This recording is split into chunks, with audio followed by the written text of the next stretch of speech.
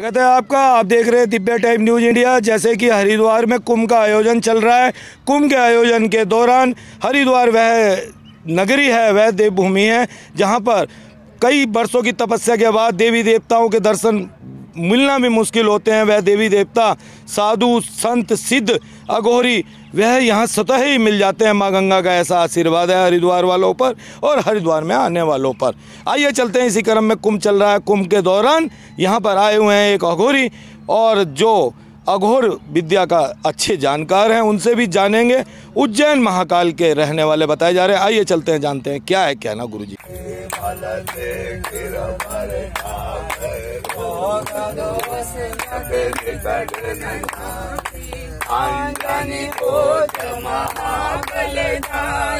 संतन के प्रभु सदा सहाय, अनुराग पठाई, लंका जाहि सिया सुनिहार।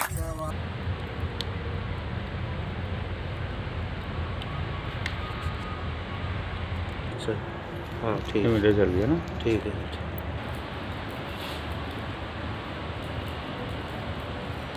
थोड़ा सा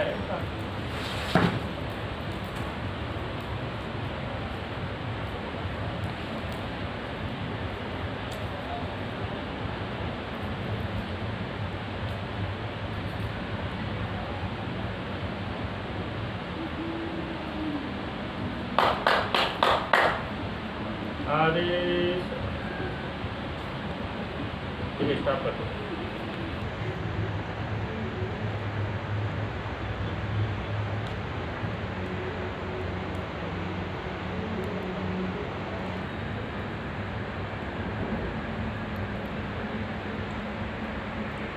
इसके लिए तो पहले बहुत बहुत बधाई। और जो प्रयास माननीय प्रधानमंत्री जी ने किया है, माननीय मुख्यमंत्री योगी आदित्यनाथ जी ने किया, और देश की जो जनमानस ने किया है।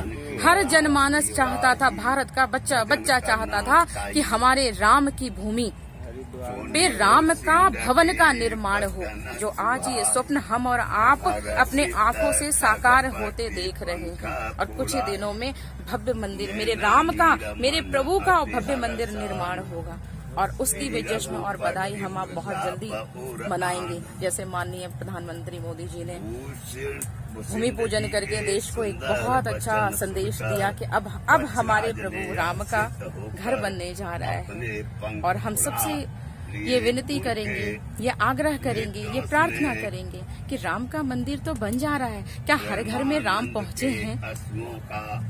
तो बस मंदिर बन गया, अब राम को भी हर घर में स्थापित कर दो। और राम स्थापित कैसे होंगे? रामायण के माध्यम से। अघोर एक विद्या है, और यह तो मानेंगे आप, रात के समय संस्थानों में एक भयानक डर का माहौल बना रहता है। आप स्त्री हैं तो आपको डर नहीं लगता? सबसे बड़े जीते जागते भेड़िए तो इंसान होते हैं, उनसे बड़ा भूत तो कोई होता ही नहीं है। कम से कम शमशान में भूत जो होते हैं वो अपने इष्ट मित्र सखा होते हैं, वो अपने प्रिय हैं। और भूत कहते किसको है? जो बीत गया, भूत, भविष्य और वर्तमान। ये जो हम जी रहे हैं ये वर्तमान है। आप डॉक्टर रही हैं माता जी, तो क्या मन में कैसे आपके ये मार्ग चुना? ऐसा क्या जीवन में? डॉक्टर का एक स्वरूप भगवान का कहा जाता है। और जाहिर सी बात है कि आपके संस्कार आपको निर्धारित करते हैं। मैं साइंस के स्टूडेंट रही हूँ, पर फिर भी कहीं न कहीं जब अणु और परमाणु की बात करते हैं, आप जब बैक्टीरिया की बात करते हैं, तो ये बैक्टीरिया है क्या? ये अणु और परमाणु है क्या? हमने आपने देखा है क्या? जब तक आप देखने वाले ग्लास से नहीं देखेंगे तब तक आपको नहीं दिखेगा। तो लोग कहते हैं परमात्मा कैसे दिख जाएगा? उसके लिए भी आपको वो सूक्ष्मदर्शी देखना पड़ता है, वो ग्लास लगाना पड़ता है। तो परमात्मा इतना सहज है क्या कि वो ऐसे दिख जाएगा? मैं उस विधा से जरूर हूँ, पर होता है ना, मैं अपनी संस्कृति से भटकी हुई नहीं हूँ, मैं अपने मूल से हूँ, मैं अपने जड़ से हूँ। मैं शाश्वत सत्य को मानने में विश्वास करती हूँ। और शाश्वत है ये अग्नि, शाश्वत है ये गंगा, शाश्वत है ये सूर्य, और शाश्वत है हम क्योंकि हमें और आपको मरने के बाद उसी जीवन के चक्र के अंत में जाकर के स्वाहा होना है। तो माता जी, हमारे दर्शक देखने वाले चैनल पर हरिद्वार वालों के लिए क्या आशीर्वाद है आपका? बस आशीर्वाद ये है हमारे हरिद्वार वासियों को, उत्तराखंड वासियों को, कि गंगा का इतना सुंदर सा आशीर्वाद है, वो आशीर्वाद माँ भगवती का मिलता रहे। और जो धर्म की धूली पे हम और आप खड़े हैं, वो धर्म की धूली, धर्म की जय होती रहे, हर घर में रामायण होता रहे। यही मेरे तरफ से संदेश है और मेरे तरफ से यह आशीर्वाद है कि हमारी जो युवा पीढ़ी भटक रही है, उनके अंदर सद्बुद्धि, सद्ज्ञान का प्रकाश फैले। अघोर का अर्थ ही होता है अंधकार से प्रकाश। बंधन में नहीं बांधता। लोग ये बहुत बड़ी भ्रांति फैला के रखे हैं कि धर्म आडंबर करता है, धर्म बंधन में बांधता है। मैं इसका विरोध करती हूँ। धर्म कभी बंधन में नहीं बांधता। धर्म तो सहजता देता है, धर्म तो स्वतंत्रता देता है। तुम करके तो देखो। पर फर्क वही है ना, लोगों को इंस्टेंट रिजल्ट चाहिए, रेडी टू फूड। आजकल ये ट्रेडिशन बहुत ज्यादा चला हुआ है। तो भाई धर्म रेडी टू फूड नहीं। हाँ, बनी बनाई भोजन जरूर है, लेकिन आपको इसको उठा कर खाना तो जरूर पड़ेगा। तो खाने के लिए मुंह में खाने की जरूरत नहीं है, हाथ से उठाने की जरूरत नहीं है। दृष्टि डालो और मन में धारण कर लो। लोग बोलते हैं ना, जीवन में किसी एक सत्य को धारण करो। वो एक सत्य का व्रत ही ना आपको जीवन में शिखर पर लेके जाएगा। पर धारण तो करो किसी सत्य को। ऐसा नहीं है, आदि अनादि काल से, हजारों वर्षों से ये कुंभ की जो परंपरा चली आ रही है, ये हमने आपने शुरू नहीं की। ये समुद्र मंथन के काल से चला आ रहा है। 4 जगह जहाँ जहाँ अमृत गिरा, वहाँ वहाँ कुंभ है। और सत्य में आप निष्ठा और विश्वास के साथ कुंभ में स्नान करके तो देखिए, संकल्प लेकर के तो देखिए। जितने दिन कुंभ लगता है, आपके जीवन की कल्पना पूर्ण ना हुई तो फिर जो बोलेंगे।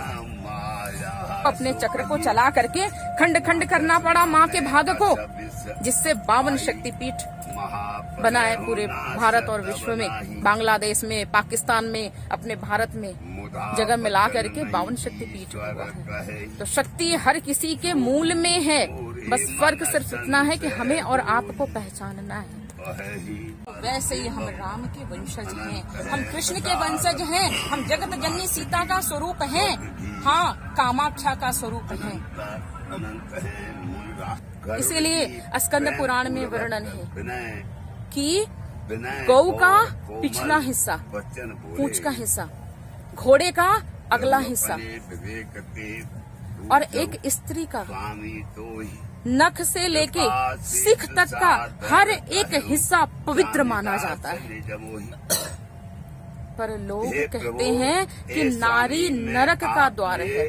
तो जो महापुरुष, जो विद्वान, जो ज्ञानी, जो ब्रह्म ज्ञानी है, जो ये कहते हैं कि नारी नरक का द्वार है, उनसे मैं ये आज प्रश्न करती हूँ कि जब नारी नरक का द्वार है तो तुम तो उसी नरक में से आए हो, फिर तुम कैसे पवित्र हो गए? जब नारी नरक का द्वार है, तुम उसके साथ सोते हो तो तुम भी तो अपवित्र, अशुद्र, तुम शुद्र हो गए, फिर तुम पवित्र कहाँ हो? जब नारी नरक का द्वार है, नारी अपवित्र है, नारी पतन का कारण बन सकती है। अरे वो शक्ति है, शक्ति को साधो तो सही, लक्ष्मी पाना होगा। जब धन चाहिए तो लक्ष्मी की उपासना करते, माता महालक्ष्मी प्रसन्न हो जाओ, मुझे धन चाहिए। जब विद्या चाहिए होती है तो सरस्वती की उपासना करते हो। जब शक्ति चाहिए होती है तो आप काली के पास जाते हो, हे माँ मुझे भयों से दूर करो। जब दुश्मन से परेशान होते तो उसी शक्ति रूपी बगलामुखी की उपासना करते हो आप, वो भी तो एक शक्ति है। राम की शक्ति सीता है, कृष्ण की शक्ति राधा है, शिव की शक्ति माँ पराम्बा है, माँ उमा है। तो किसी शक्ति की, आप किस शक्ति के शरण में नहीं है? आप जिस तन से पैदा हुए हैं, जहाँ इंसान बड़ी बड़ी बड़ी बड़ी बातें करता है, जहाँ नारियों का अपमान करता है, वो मनुष्य भी तो उसी शक्ति के तन से पैदा हुआ है। लोग कहते हैं अरे वाह ऐसा होगा तो मैं ऐसा कर दूंगा। अरे तूने समझा क्या है? अरे मूर्ख, तू ये भूल गया है। पर तू हुंकार भर रहा है, तुझे जन्म देने वाली वही शक्ति तो है और तू उसी के सामने हुंकार भर रहा है। किस कारण तो हुंकार भरने वाले ये समझ जाओ कि शक्ति अपने आप में जब आ गई कह सकता है।